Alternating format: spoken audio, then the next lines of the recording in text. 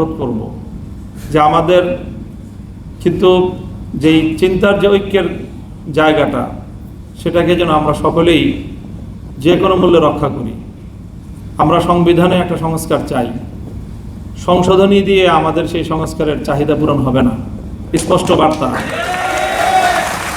2 নম্বর হলো, আমরা রাষ্ট্রীয় ব্যবস্থাপনায় ফ্যাসিবাদ রোধে ক্ষমতার ভারসাম্য চাই, এটা আনতেই হবে। 3 নম্বর হলো, আমরা বাংলাদেশের রাষ্ট্র প্রশাসন সব জায়গায় দলীয়করণ মুক্ত ব্যবস্থাপনা দেখতে চাই। আর 4 নম্বর হলো, আমরা বাংলাদেশে সবসময় নির্বাচনে স্বচ্ছতা নিশ্চিত করার ব্যবস্থাপনা চাই। আমাদের এই 4টি নিশ্চয়তা দেন, আর বিএনপি বছরের পর বছর ক্ষমতায় থাকেন, আমরা সহযোগিতা করব। যদি এগুলোতে সমস্যা হয়, তাহলে আগামীতে আমরা তো একসাথে চলতে পারবো না।